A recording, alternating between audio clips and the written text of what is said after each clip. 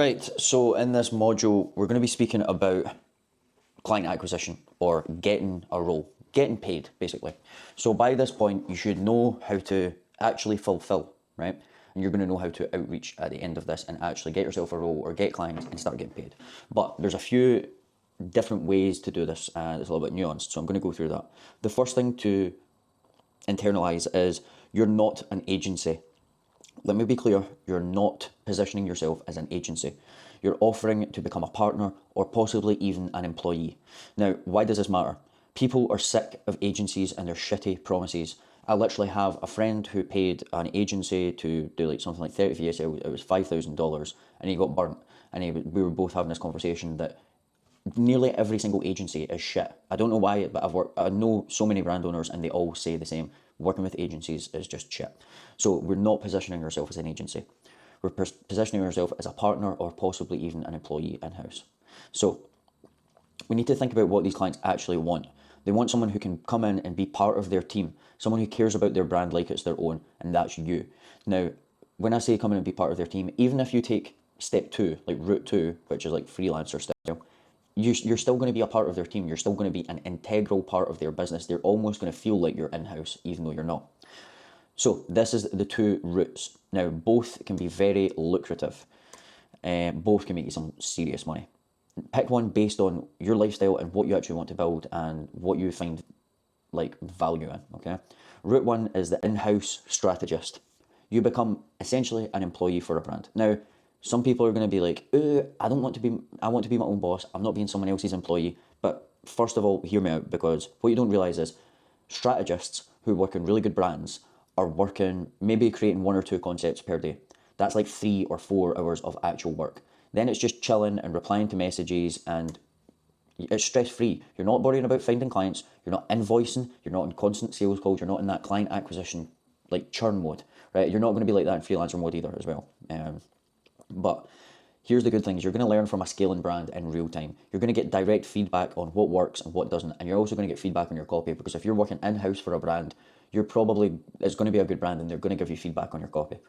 Your creatives are going to get better and faster because you're seeing all these results daily, because if you're working in-house with a brand, they're probably going to be doing numbers. You're not juggling multiple clients with different voices, different products. Once you understand a brand and know how to create a winning ad creative for them, then iterating on that is just going to be so much easier. You can log in at the start of your day, be like, right, I've got 2 concepts to do, boom, boom, boom, you smash them out, you're chilling. And now, here's the thing though, it needs to be the right brand. So I just briefly mentioned that. Specifically, you need to have one that's been doing over like $1 million a month, right? Now, there is obviously exceptions to this, but these are the roles that could end up paying you like 10k a month. If it's a growing brand and it's doing 300k a month and they're spending a lot on ads and they're scaling up month after month, and then maybe they just started 2 months ago and they're at 50k a month and they're really scaling, then obviously that's a good role to get into. You need to use your own like common sense here, right? But what I'm saying is, don't jump in to a 2k a month role with a brand that's doing 50k a month and they've been doing 50k a month for the past year, because they're just never going to scale. Unless you actually are very confident that you can go in and scale that brand, then that's different again. But again, use your common sense. If it's your very first client, like maybe the chances of you actually going in and being able to scale that brand just from you going in is probably quite slim. So that's why you need to choose the right brand if you're going to work in house with them, because it's going to be your job, right? So they need to be a cool brand, they need to have cool owners, and they need to be paying you well. Now, a lot of these roles, depending on your experience, will start at like 3 to 5k a month. Sometimes with rev shares, sometimes on performance based on the ads that you create. But these roles, if you stay with them long enough and you basically, I hate using this, but like work your way up, you could end up getting like 10, 15k a month from one brand with rev shares and equity. And you're not just getting a salary, excuse me, you're getting a little piece of the upside if you end up getting equity and that brand sells. So that's route 1. Now, route 2 is the freelancer or lean agency. Now, I know I said you're not an agency. The reason I'm saying lean agency is because you are going to have people working for you, but I'm talking like 1 or 2 or maybe 3 or 4 contractors max. For example, I work with 4 brands, 2 of which have got their own editors. So I've got 2 brands that I need an editor for, and I've got an editor for each of those brands, and I've got 1 designer. That is it. That's all you need to fulfill, right? And here is like, your goal is not quantity of clients. We're not churning and burning clients. Our goal is quality. And I would say never really go above 5 clients or your work will start to suffer. You're going to spread yourself too thin and you'll start producing mediocre shit and your ads just won't be as good. Some brands will want to work this way. Like, they'll want you to come in. They don't want you in-house for whatever reason. You'll get a retainer and you can negotiate that with them. And it will have a set number of deliverables. Now, this is all going to come down, this is all going to be important in your sales calls, because then you're going to need to be like, have conversations and be like, what is it you're looking for? Are you looking for someone to come in-house? Are you looking for someone just to give you the deliverables? Whatever it may be. But let's say it's a set of deliverables, like 10 concepts per month or 15 VSLs and 30 statics, and you get paid 4K a month for that. And you just need to deliver that every single month and you're going to get paid. The good things about this is you can scale up because you can have as many clients as you want, but like I say, I wouldn't really go any more than 5 unless you start hiring copywriters, but at that point, you're an agency. And that's typically what people don't want, right? But if you come in and you say, look, I can do this for you, it's just me, I write all this stuff physically, I'm not managing a team, I've got an editor that will do stuff and a designer, but it's me that writes all the copy, from ideation to angle creation to concept creation, it's me that's doing it, it's me that you're going to be speaking to, then brand owners are going to like that a lot more. There are pros and cons to each route, and it's up to you which one you take. In my personal opinion, if it was me, when I'm sending outreach, I'd be sending outreach to brands that I want to work with long term. Ones that if they offered me an in-house position, I would actually take it. That's how you know that you're targeting the right brands. Then it's just about having conversations with these people in calls. Like, obviously I would go over this in the actual client acquisition lessons, but we need to remember that when we reach out to these brands, it's just a person. It's just another business owner on the other side. And we just need to get in a call and have a conversation. Like, look, I wrote you, the way that we're going to do the outreach is samples, right? So if you get in a call with someone, it's because they liked your work, right? And at that point, it's just about having a conversation like, well, would you want me to come in-house? How much would you be willing to pay if I was in-house and we were doing 2 concepts a day and I'm working with your team? Or would you prefer it if I gave you 15 concepts a month and we charged you 3K a month? Like, how would you prefer? You need to have this conversation. And this is what these brand owners want. They don't want someone that comes in and jumps in a call and they're like, so yes, the way that this works, I'm just going to take you through this pitch deck. That turns people off. We're just having a conversation. We're saying, look, I have this valuable skill. I can write ads and I can come up with angles that I've seen that you're not able to create because I've looked through your ad library. I know that there's a few angles that you're missing. How can we work together? That's all you need to do.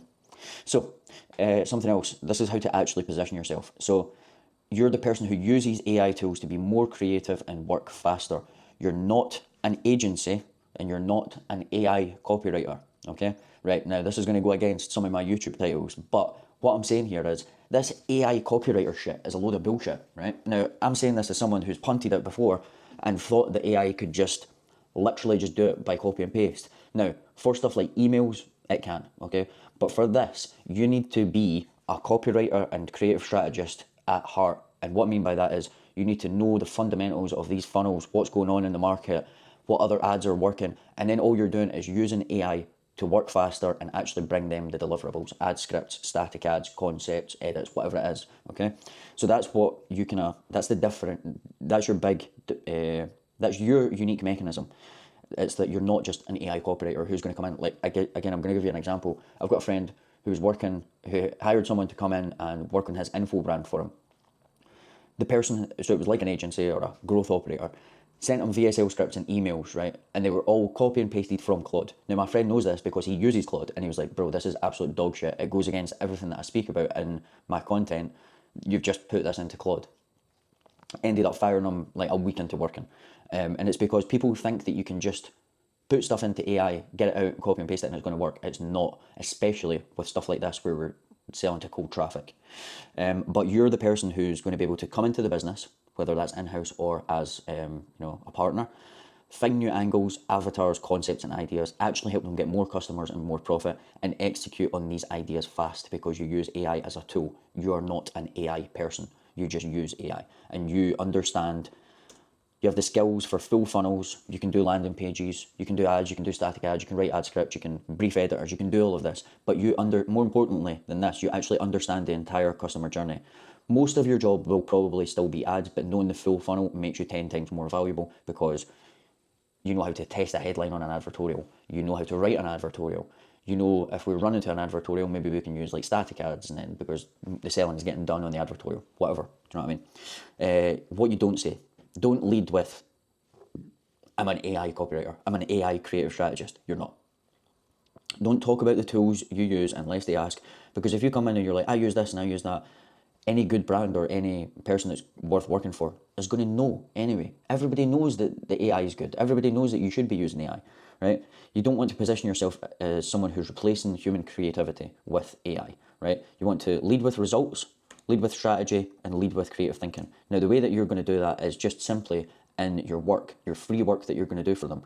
Like in the outreach section, I'm going to show you most of it. You're just going to be sending like VSL scripts or possibly even like a static ad creative, right?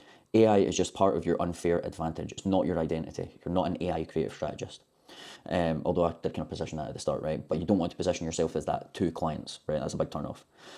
So most freelancers position themselves as vendors, like you hire me to do this, right? We're positioning ourselves as an asset. So vendors get squeezed in price, assets get invested into.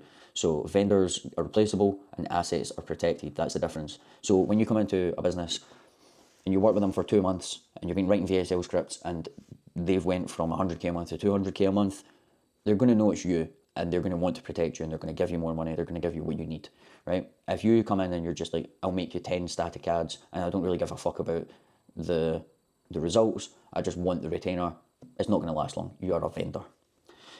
So yeah, that's like when a brand sees you as part of their team. Whether you're in-house or a partner as a freelancer, you end up becoming irreplaceable and they don't want to lose you because it means their business is going to lose momentum.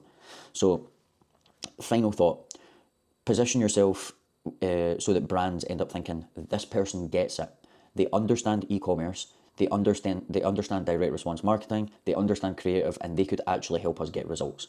Not, oh, another AI copywriter person, or another AI agency, or another agency, or another freelancer. You want to be coming in and being like, look, you're not using this angle. I looked at your competitors, they're using this angle, and they've got